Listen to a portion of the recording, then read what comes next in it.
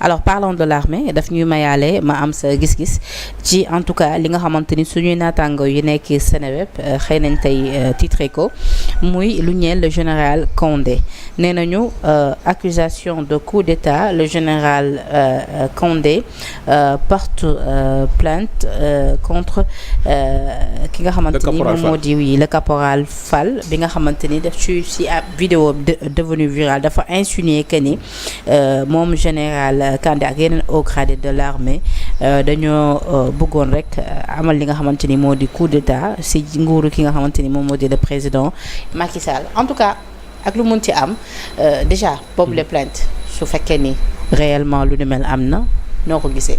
non xam nga loolu le cannibalisme du populisme encore Souleymane Kandé est général de la République il a fait ses preuves sous le feu. Il s'est couvert de gloire. À l'unanimité, tous les militaires le saluent. Comme disait Napoléon, il y a des généraux qui obtiennent leurs étoiles sous le feu. Il y a d'autres qui obtiennent leurs étoiles à l'antichambre d'état-major. Am na fii ñoo xam ne mosuñu dégg coup de feu. C'est-à-dire un général comme Kandé nga xam ne à l'unanimité ñëpp tout le monde reconnaît son mérite ñëpp reconnaît nañ ko. Un caporal, j'ai rien contre les hommes de troupe. Comment un caporal peut juger un général? Où va le Sénégal? Mais si la vidéo est devenue virale, pourquoi pas? Oui, mais si la vidéo est devenue virale, c'est un peu parce que nous sommes dans un contexte de populisme. C'est-à-dire wax ju rëy tant yi Sénégal les gens pensent que pour se distinguer il faut nga wax ju rëy c'est-à-dire Sénégal fonkatuñ xam-xam. Un caporal, ce qu'il y a de plus bas dans l'armée qui accuse comme ça un général, un caporal, comment il a fait pour accéder à certaines informations? C'est ça, comme damay wax ça veut dire que Sénégal c'est ça le drame aujourd'hui Sénégal fonkatuñ xam-xam Sénégal léegi li ñu fonk mooy kuy wax ay tojaange kuy wax ay wax ju rëy caporal général ba général comment ce monsieur là peut aller wax dina oui y a un coup d'état y a un tel quand même donc c'est ça c'est ce que j'appelle le cannibalisme du populisme c'est-à-dire il faut que Sénégal ñu recentrer ko ku nekk xam sa place. Et pourquoi le nom du général Condé revient toujours sur l'espace public? Mais ce que je connais de nos militaires, mais Kandé lui il n'a rien demandé. Ce que je connais des militaires, ce que je connais de nos officiers généraux, que je fréquente depuis très longtemps, parce que pendant très longtemps j'ai donné des cours au niveau de l'armée. Le peu que je connais de ces gens-là, ils ne demandent rien. Mais malheureusement, les politiques avec les civils, ñoo leen di dugal dans leur débat politicien wala dans d'autres débats. Kandé lui n'a rien demandé. ba fi coow li amee ba léegi da nga ko dégg mu wax da nga dégg Kandé ngang mais nit ñi ñooy wax di def photo mag yu demee nag dégg nga am c'est-à-dire on a une grande armée. ñu bëri sax ci nii nañ ko xamee. mais tamit defoon naa benn tweet bi affaire yu door bi Sonko waxee ci affaire armée bi j'ai dit qu'on ne peut pas accepter que tu salisses l'honneur d'un officier et que tu jettes le discrédit sur notre armée. À la limite parler de coup d'état au Sénégal c'est discréditer l'armée. L'armée du Sénégal est une armée républicaine il faut me répéter ko Senghor moo ko njëkk a wax Senghor moo ni si vous voulez avoir une armée républicaine et boo lire le livre d'Abdou Diouf là les mémoires d'Abdou Diouf Senghor dit Abdou Diouf si nous voulons avoir une armée républicaine il faut qu'on recrute nos militaires là où on recrute les administrateurs civils et les magistrats et c'est pourquoi les militaires du Sénégal ne sont pas complexés. En Égypte on dit l'armée c'est pour les gens qui n'ont pas réussi au baccalauréat.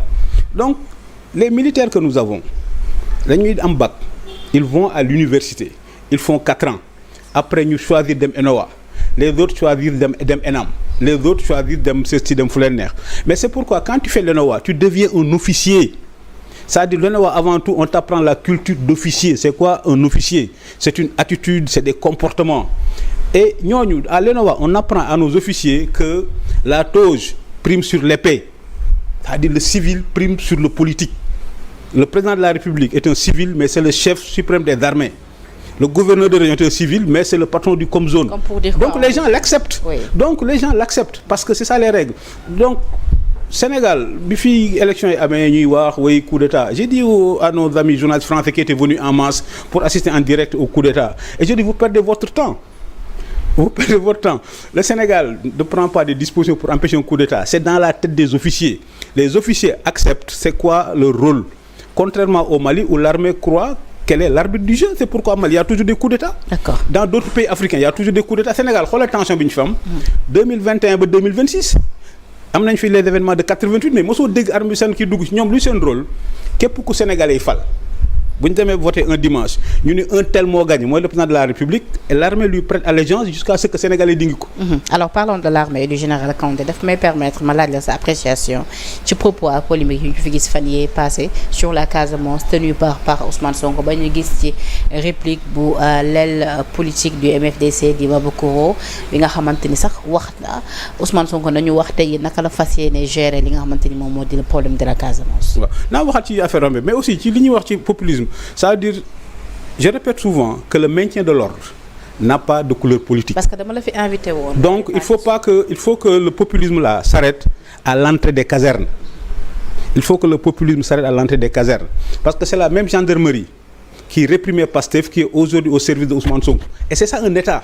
ñoom c'est sans état d'âme ñoom ki Sénégalais fal ils sont à ton service bu la Sénégalais jëlee fii nag ki ñu teg ils sont à leur service donc il faut que le populisme s'arrête à l'entrée des casernes et j'en profite pour rappeler benn affaire bu ndaw la journée des forces armées traditionnellement les objectifs principaux de la journée des forces armées c'était rendre hommage aux soldats qui sont morts et puis rendre hommage aux blessés cette année gisuma ñu rendre hommage aux blessés parce que nag gis naa ñu décorer benn chanteur j'ai rien contre les chanteurs yu demee noonu mais comme il faut qu'on respecte les traditions la journée des forces armées y a rien de plus méritant ñoo xam ni seen far nañ fa taxaw que ñi nga xam ni dañoo ñàkk seen loxo seen tànk pour défendre le Sénégal. D'accord. Et je pense que ça aurait été beaucoup plus important de décorer ñi nga xam ni ils sont blessés dans la dernière offensive du Nord Sindian que de décorer un chanteur ça veut dire que aussi populisme baaxul parce que le fait de def la journée des forces armées de décorer les blessés de guerre devant le front des troupes c'est leur rendre hommage day tax ñi nga xam ne ñoo nekk sous les drapeaux gën a ñeme gën a am jom en disant que Sénégal kat quand tu es blessé bu journée des forces armées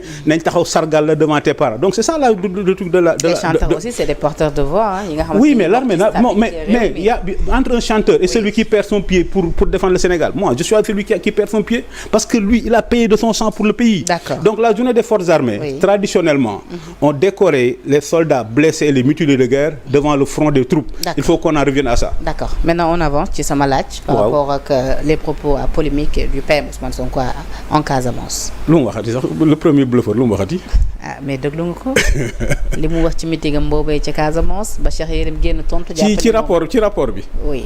waaw xam nga man bon moi je vais avoir le sens de l'État comme ni ma wax ci Babacar je vais être plus responsable que Ousmane Sonko c'est-à-dire dans tous les pays il y a le secret défense. Des questions dont on ne parle pas.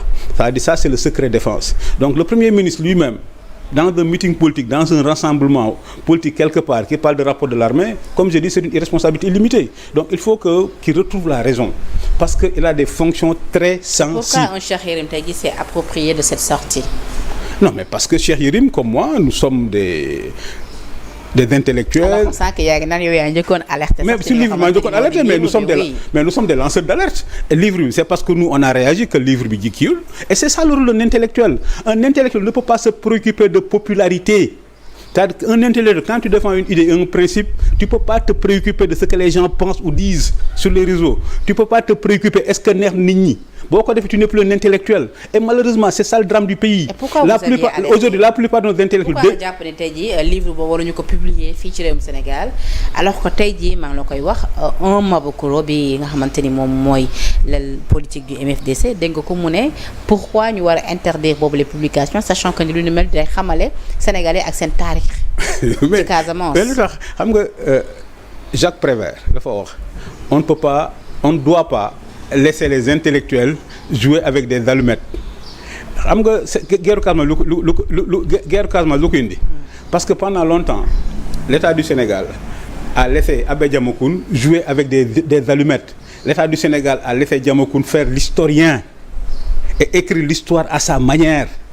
Diamacoune, des vidéos, oui, pendant la colonisation, la Casamance n'était pas dans le Sénégal, mais avec le Sénégal. Pendant la colonisation, à la limite, la Casamance avait son autonomie. Il y a des documents secrets qui attestent qu'à 20 ans après l'indépendance, Casamance est indépendante. Donc, on l'a laissé jouer avec des allumettes. Il a brûlé la Casamance. Depuis lors, la Casamance, ça fait 40 ans. Après, la MFDC, le gars du MFDC, c'est Diamacoune lui-même qui a demandé le témoignage de la France. Les documents yi may wax am na Archives nationales France, donc je demande le témoignage de la France.